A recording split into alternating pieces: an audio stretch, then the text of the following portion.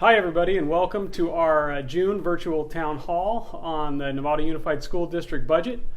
I'm here with Yancy Hawkins, our Assistant Superintendent of Business and Operations, and we're going to be providing an overview of the revised state budget, talking about how that impacts Novato Unified School District, and then providing a very general overview of school district finance in general. We're going to address the main themes from the thought exchange on our budget.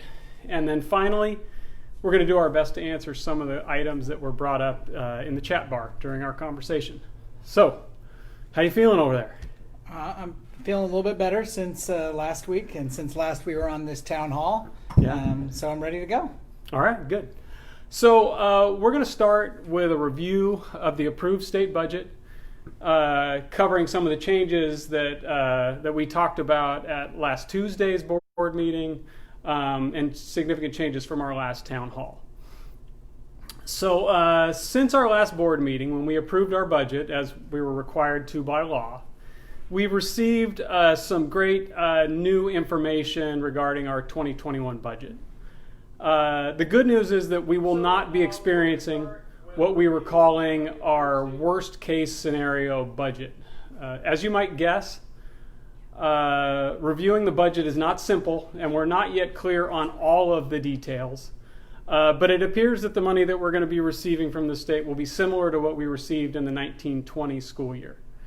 Additionally, we're going to receive a yet-to-be-determined amount of federal money that'll be very restricted in how we can spend it, and we're still waiting on the specific details of what those restrictions look like. Really, the best news in all of this is that this staves off any talk of a state takeover by the state of California. We are very appreciative that the governor and the legislature agreed that we cannot have drastically reduced budgets and do all that we're going to be asked to do during the time of COVID-19. There's still some fiscal challenges ahead.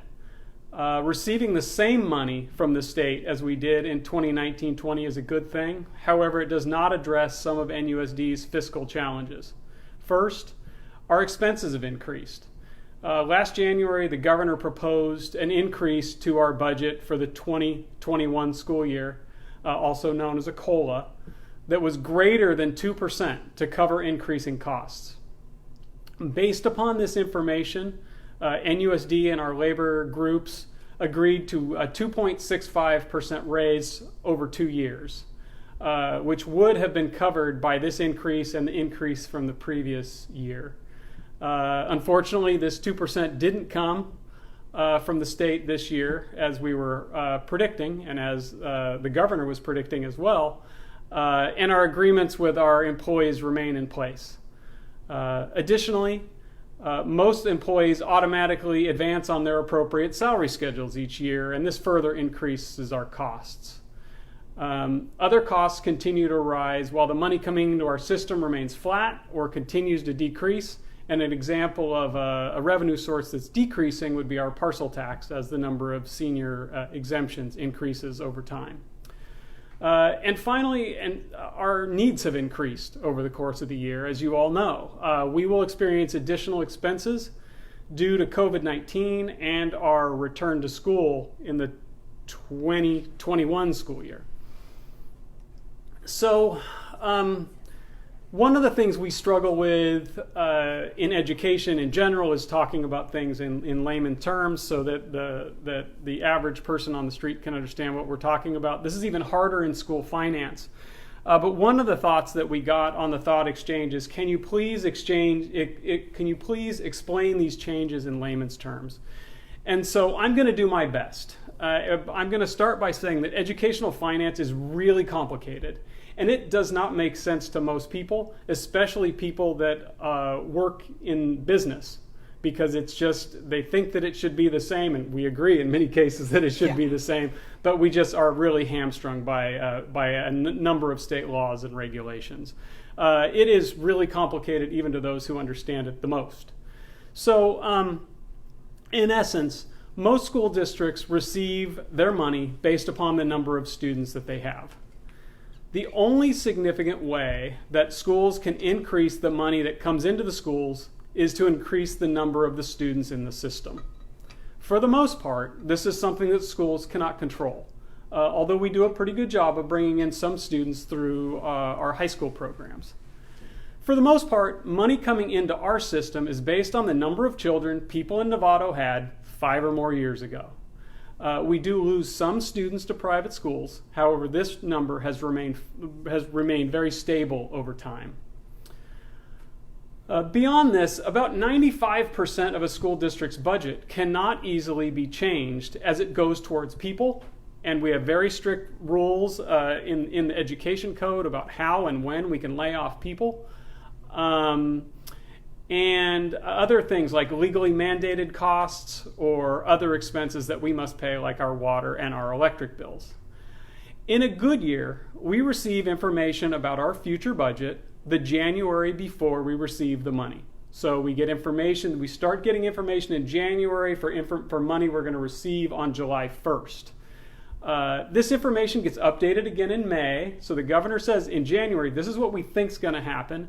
In May, they give us some more details. And then typically in June, the governor and the legislature agree to a budget that tells us how much money we're going to receive. We can more or less plan for the money that we will receive in January, knowing that there are going to be some minor changes. But in a bad year, like this year, we are still learning about our budget less than 2 months before the school year starts. It looks nothing like was proposed in January. It looks nothing like what was proposed even in May. And so we also know that our budget will probably not be finalized until January, 6 months after we started spending the money. A little bit more on our budget. 85 to 86% of our budget is in people. Because of the law associated with this particular revised budget and other laws regarding the timelines associated with how we can lay off different groups of employees, we are not going to be able to lay off the vast majority of our employees, including certificated staff like teachers, principals, and even assistant superintendents. And many classified positions like food service workers, bus drivers, and custodians. This means that any budget cuts for the 2021 school year must be focused on the very few remaining budget areas unless we're able to get concessions from our labor groups, which we're going to talk more about later. So I know this is a lot. I want to be transparent about our budget. I want to try to educate you on our budget. And I hope this helps a little bit in understanding the complexity and just some of the craziness that comes with school finance, and helps you understand where we are as a system. So one thing that I kind of want to set aside pretty quick in this conversation is what is the plan, or what are the options for COVID restrictions for the next year, and what does next year look like as far as the return to school.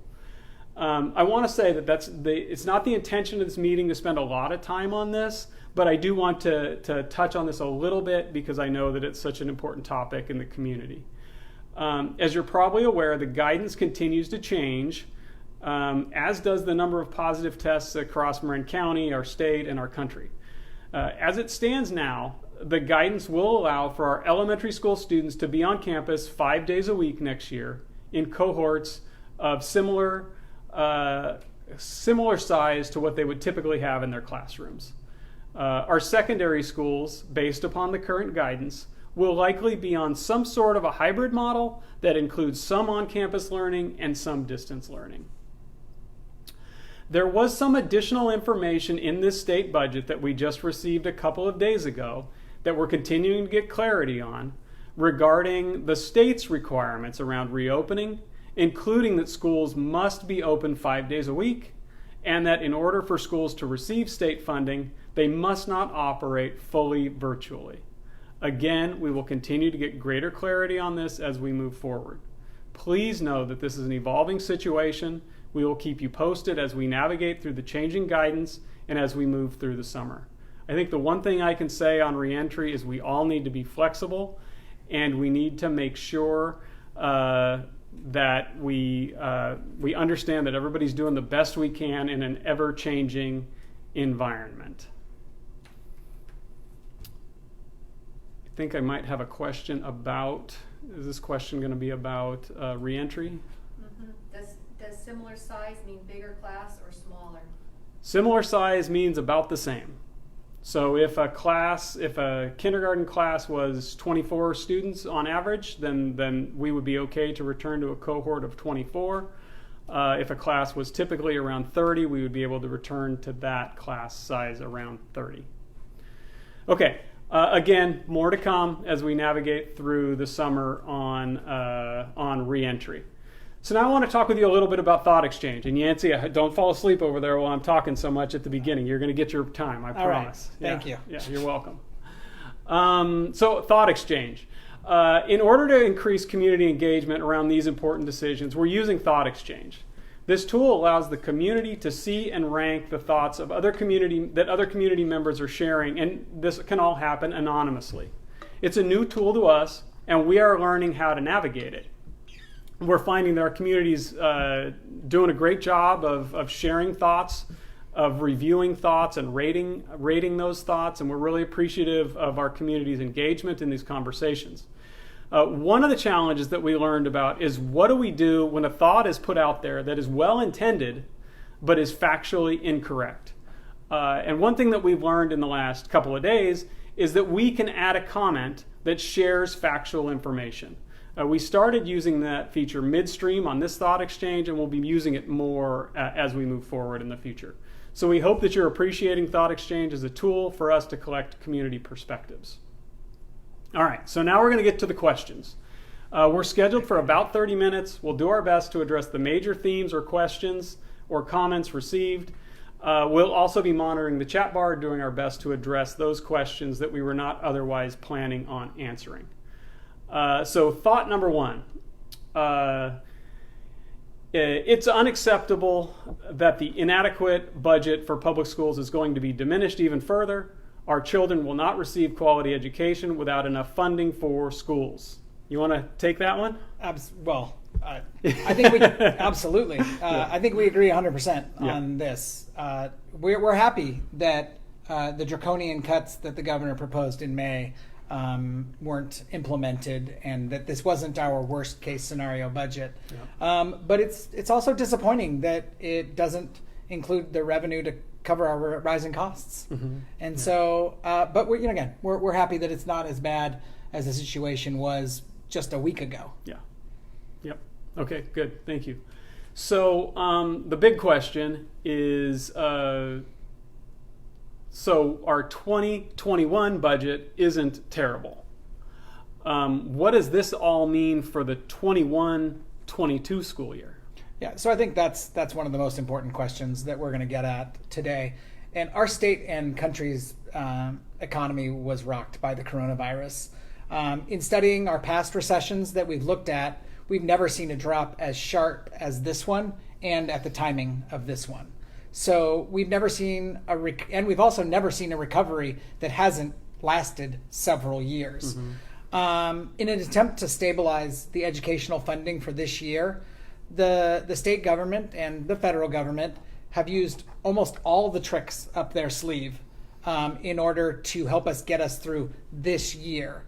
But that leaves the situation for 2021-2022 in a very precarious position.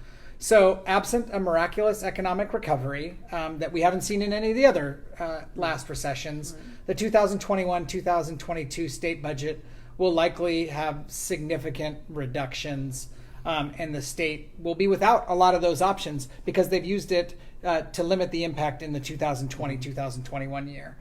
And so those reductions will almost assuredly be coming in 2021-2022. Right. So we know it's likely that the cuts are going to be, they probably needed to happen this year. But they tried to take care of us this year so that we could get through this year, get through the major part of the crisis, and then, kind of go from there and see what happens with the economy and everything bouncing back. But we should be prepared for some cuts next year.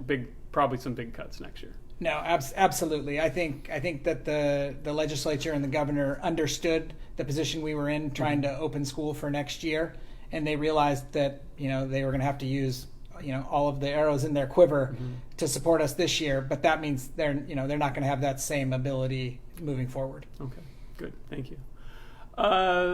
There were many comments and thought exchange regarding all of the things that we should not cut. Teachers, classified staff, nurses, counselors, deans, principals, assistant principals, art, music, PE, etc. We also hear much frustration from the community members that we are deficit spending and that we need to be fiscally responsible. We agree. We agree that we shouldn't have to make these cuts to these employees or these critical programs. Each of these employees or programs provide important contributions to the education of our children. And we also agree that we shouldn't be deficit spending, and we can't keep doing this, particularly year after year as we have been. In difficult times, we need to make difficult decisions.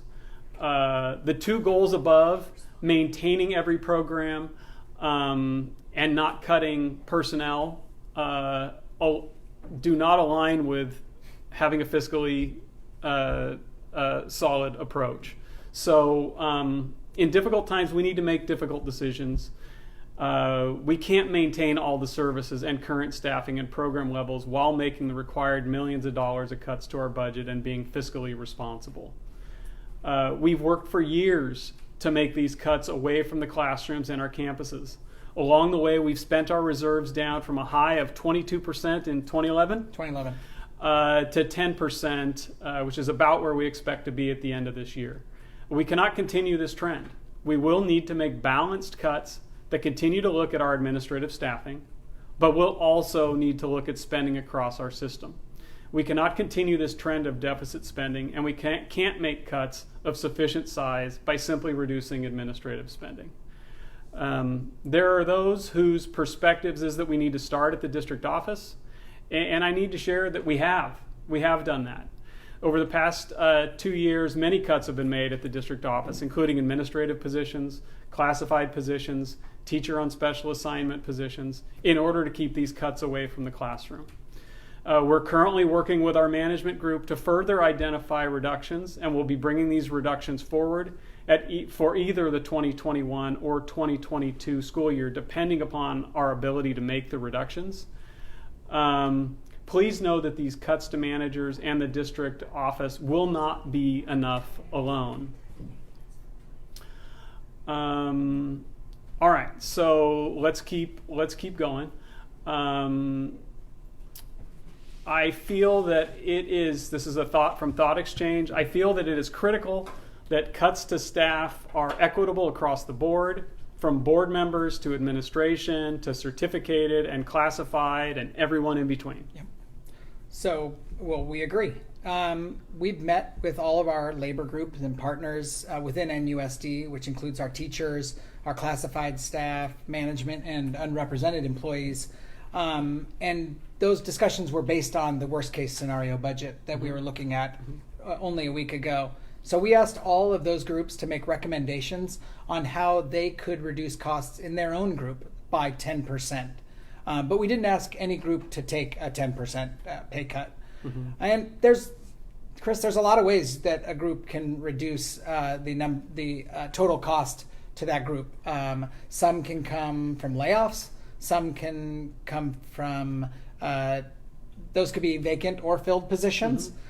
We could temporarily eliminate some costly articles from their contract. We could take furlough days, take salary reductions, or most likely a combination of all of that in a creative way, but still painful.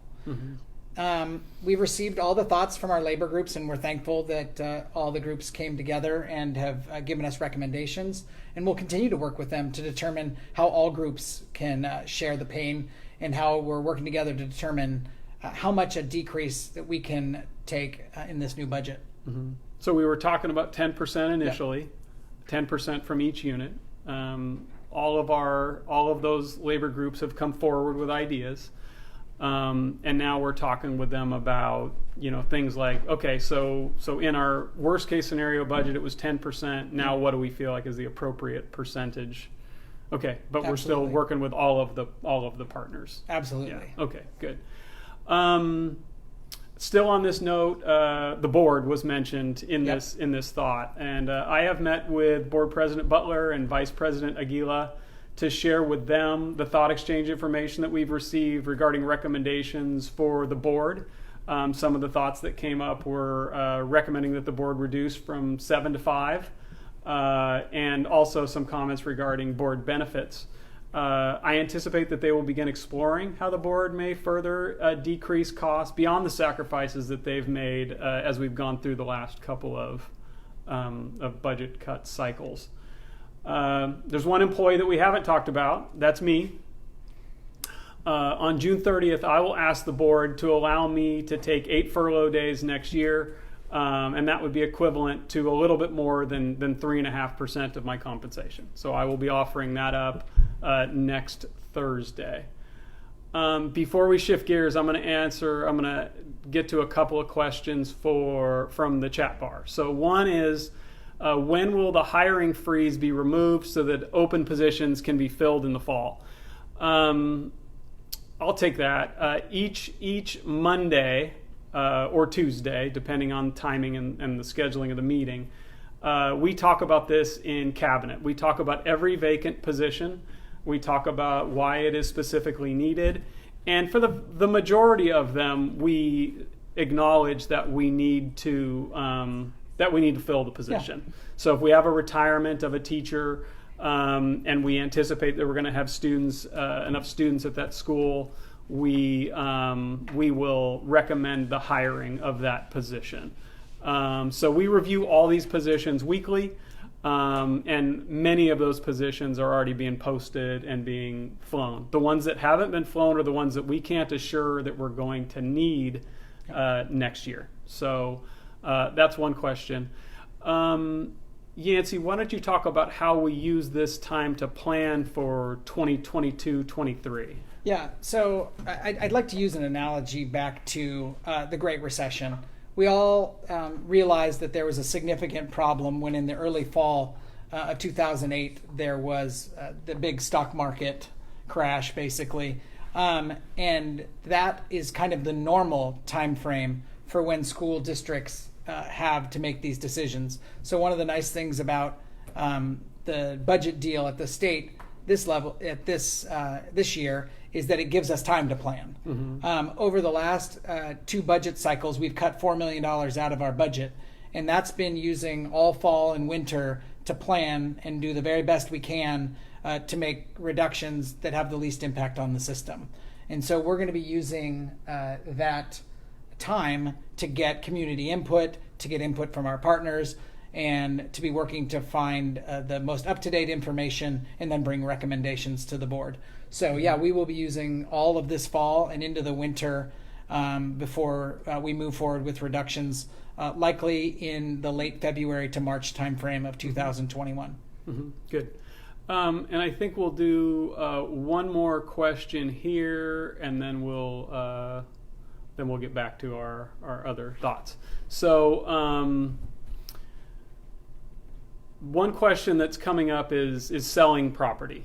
There are significant restrictions on how we can use proceeds from property sold. Is that accurate? So we have a parcel at San Andreas. Correct. It's a large parcel. It's developable. It's something we've talked about using for teacher housing. It was originally supposed to be a middle school, I think. Originally, yeah. What sort of restrictions are in place for revenue generated from selling property? Ed Code, Government Code, restrict any proceeds from the sale of property to be used for facility needs. Mm-hmm. Now, sometimes in very dire situations, the state will give flexibility to sell these kind of properties. Mm-hmm. The issue with that is twofold.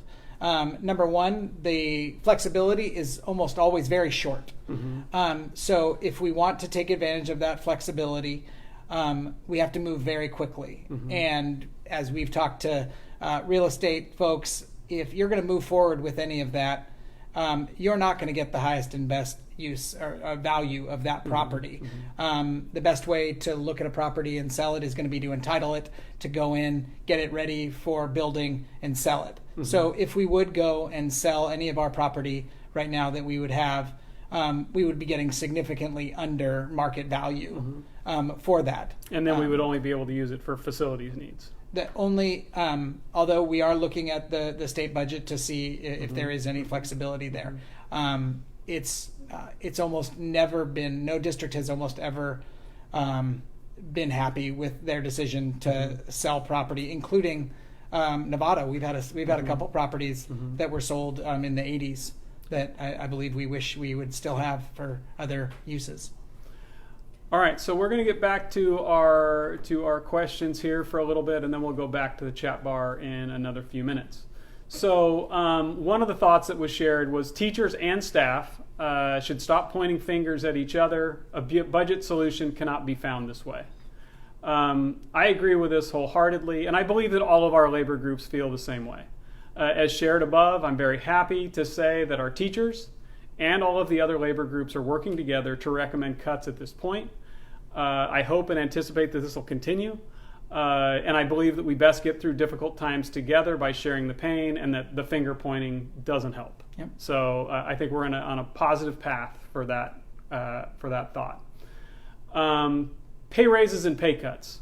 I was disheartened to see that 3 of the assistant superintendents just received large pay increases, 9 to 11%, while teachers are being asked to cut pay up to 10%. And I got to say, this is the comment that I believe was well intended, but was not accurate factually. And so, Yancy, I'll let you talk to this. Yeah, so as one of the assistant superintendents, I can talk about this in detail. So I can say that it's actually, it's in 2 parts, but both parts are inaccurate. The first is that all assistant superintendents receive the same increases as all management across, including principals and assistant principals throughout the district. And as a commitment to sharing the pain, all the assistant superintendents have agreed that they would be taking whatever sacrifices that the members of management group decide to make, including furlough days or anything else that's agreed to. And finally, just to be clarified, as we discussed a couple minutes ago, that no bargaining group was asked to take a 10% pay cut. We were asked for recommendations on how to reduce 10% from their unit. But as we said, that likely comes from a lot of different options. Okay, good. Thank you. A thought is administration needs to lead by example and absorb any salary and personnel cuts in direct, if not greater proportion than the lower paid essential staff. Leaders lead by example, not by exemption. We agree. And as you've heard in the past few minutes, the superintendent, the assistant superintendents have agreed to take reductions to their compensation. We're also working closely with our management team that has made recommendations that currently exceed the 10% reduction that was asked of them. This includes a reduction of administrative positions, if possible, given the rules and timelines in place, potential furlough days, among other reductions. We will continue to work with the leadership of this group now that our budget has changed to determine the appropriate level of cuts and then prioritize their cuts. Additionally, this group has borne a larger percentage of these cuts over the past 2 years.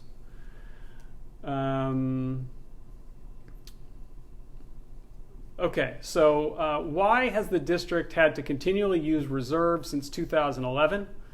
This issue has been an issue since 2011. We need to discover the cause of the issue and what can be done to eliminate the deficits. Why don't you take this one? Absolutely. So our expenses have increased dramatically since 2011, while our revenue has basically flattened. NUSD made a commitment to increasing employee compensation to that of our comparable school districts, and has contributed resources to make this happen. When we made this decision with the goal of attracting and retaining high quality employees. Employee compensation has increased by approximately 25% over that time. And state mandated pension costs have increased 100% over that time for the district's cost. At the same time, the number of students enrolling in NUSD has decreased by about 500 students, which decreases revenue. So over the past 2 years, NUSD has cut its budget by over $4 million, with most of those cuts coming from administrative costs and by not filling vacant positions. So these cuts have reduced, but haven't eliminated our deficit spending, which results in our reserves decreasing. So we'll do one last question here, and then we'll go back to the thoughts from the chat bar. So this leads to our next question, which is, what should the community expect at the June 30th board meeting? Yeah. So district administrative staff is currently reviewing all the changes to our budgets since June 16th. We're tirelessly going through all of the pages of state budget and looking at how that impacts us. And then, so at the 30th, we expect that myself and staff will give a detailed analysis of that adopted state budget. And we'll also be making recommendations for the Board of Trustees for budget reductions for the 2020-2021 school year. While technically this is a special board meeting because we added it a little bit later in the year, meaning there's only a 24-hour notice of the requirement for that. We will be posting all the documents this Friday afternoon, so the community will have sufficient time to look at those. Okay, great. So a couple of questions from the chat bar. So we'll start with, what was the salary increase for administrators? So the salary increase for the administrator was the same. It was the 2.625% over 2 years, so about 1.3% a year. So that was the same the for same as teachers, our teachers, same as our classified employees, correct. Okay, good. Another question is it time to close a school with low enrollment? As I've shared repeatedly, I anticipated that one of my first recommendations as superintendent was going to need to be that we need to close the school. And then we had this weird bump in enrollment in kindergarten and TK last year. We were up about 150 students. This happened after we started a partnership with a marketing firm. And so as a result of that increase, my recommendation was that we wait another year and see what the data showed, because if our TK and K increased 150 every year, we would need that school. And it's nothing worse than closing a school, doing reboundarying, and then having to roll all that back. So we still need to look at what enrollment looks like in August. It looks like we're a little bit low this year. We don't know what the impact of COVID-19 is on that. But we'll be monitoring it, and I will need to bring a recommendation based on that data about whether or not we'll need to close a school. It's really going to be dependent upon the number of students we have enroll in the fall. Another question. This is about Measure A and the parcel tax. We did Measure A. It seems like forever ago, but it was only in March. It was about 10 days before we went to virtual learning as a result of COVID-19. Can we do an emergency Measure A parcel tax? So I'll take this. We can put a measure on. There's various allowed elections between now and when the Measure A, the original Measure A expires. And so that'll have to be part of the discussions as we get into the fall, as we know more details of what the reductions are likely to look like in 21-22. And then we're going to have to come up with our plan of how we're going to solve that. And that may include revenue, but obviously that's dependent upon the will of the community. And so we're going to have to look at a lot of factors into if we want to do that, when, and what the details of that would be. And I have to say, I was a big part of the Measure A campaign in my non-work hours, and we weren't close. The parcel tax wasn't close to passing. Our community did not support the parcel tax. We were about 10% away from that tax passing, and I am not optimistic that in the midst of a great recession where up to 13% of our population is currently unemployed, that we're going to be able to pass a parcel tax. So we have a lot of work to do. I think the community also said that we needed to reestablish some trust with the community, Yep. and that we shouldn't bring a parcel tax back until we've done that. And so I think we have some work to do there. Okay, so one question that comes up in Marin County repeatedly is, should we be merging with other school districts? Novato, a long time ago, realized that it couldn't operate with a bunch of small school districts. And those small school districts came together and unified. We are the only school district in Marin County that is a unified K-12 district. Unfortunately, we also don't have any small districts sort of right in our sort of satellites that are around us, whereas San Rafael does. San Rafael is a district made up of two districts, San Rafael Elementary and San Rafael High School District. They also have Miller Creek near them. So, I mean, I think it makes sense potentially, and I won't get into the politics of all that or what they would do, but there's a logical argument for why those three districts would merge together. I guess you could make an argument that Novato and San Rafael, the two San Rafael districts, and Miller Creek could merge. I don't see that as something that's feasible. But you know, if those districts were interested in talking about it, we would certainly be interested in exploring that. Okay, so we got a couple more questions, and we're actually over time. So the next thought is cuts should be made by restructuring the district office so that there are less superintendents, keep vital classified staff who get paid less to do more. So I'll take this one. I agree with some of this comment. I disagree with the get paid less to do more. I do acknowledge that classified staff do get paid less. I think that we're all working hard in this district. I don't see any position that's taking it easy and resting on easy street. NUSD does continue to explore restructuring options to reduce administrative services, to reduce costs. And I can give you a couple of examples of things we've done in the last 6 months to eliminate 2.5 administrative positions or management positions. The first reduced 2 management positions within the business services division and streamlined services.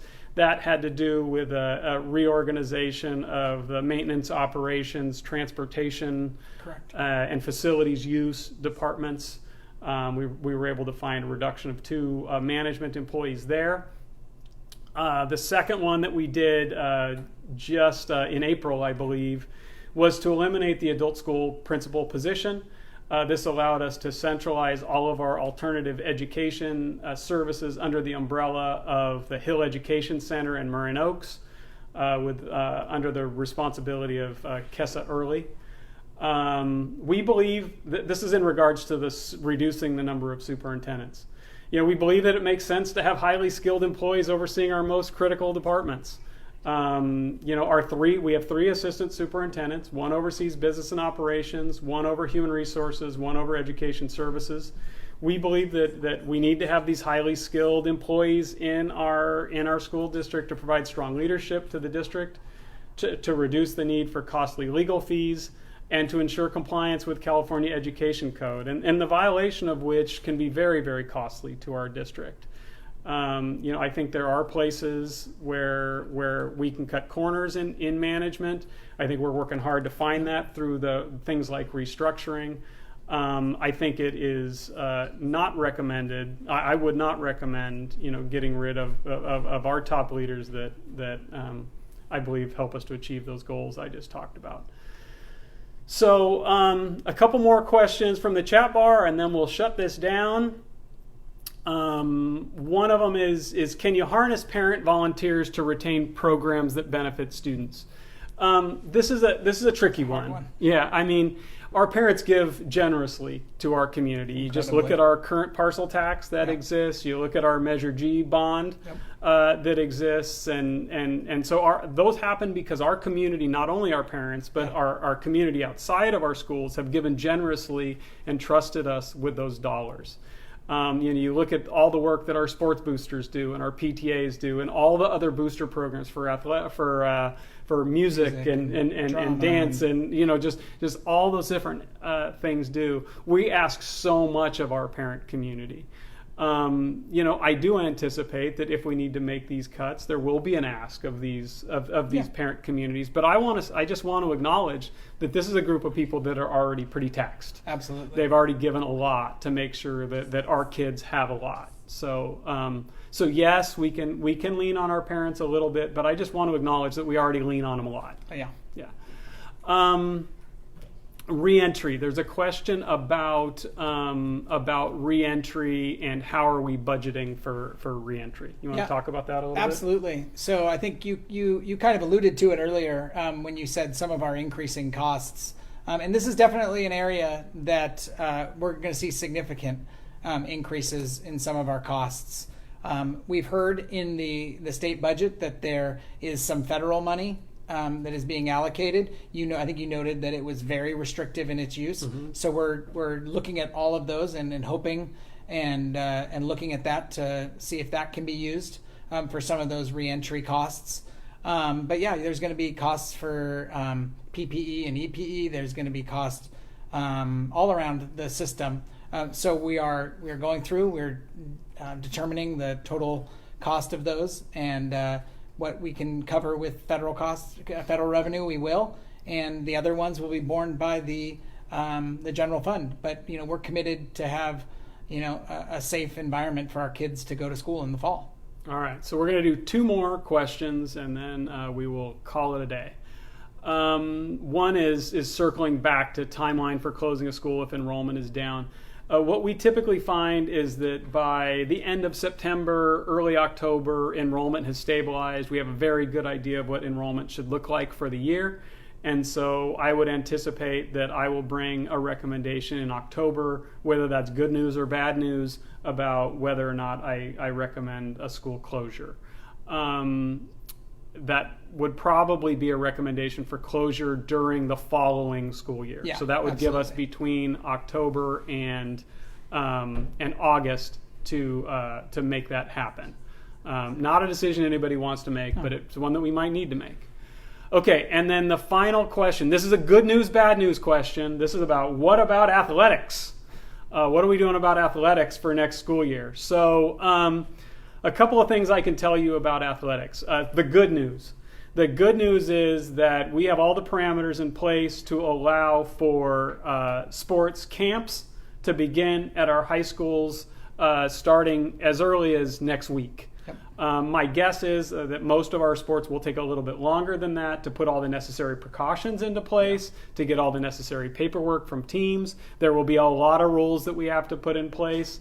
It'll be cohorts of 12. Those cohorts can't change. They need to be with the same adult at all times. They cannot commingle with the different cohorts. They need to have their own assigned space.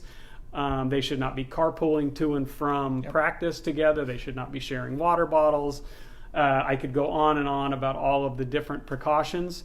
But the good news is we'll be able to get some of our kids back and conditioning for their sports season in the event that it happens.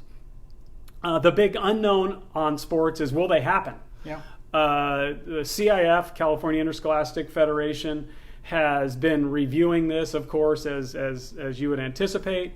They're going to make a recommendation or a decision on July 20th regarding fall sports, and if they think fall sports will be able to start on time.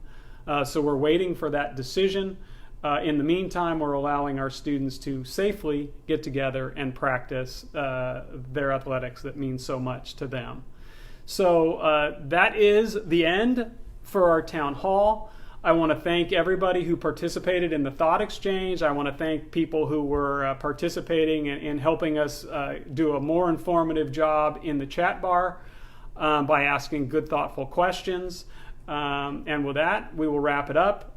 Take care. Have a good night. Bye-bye.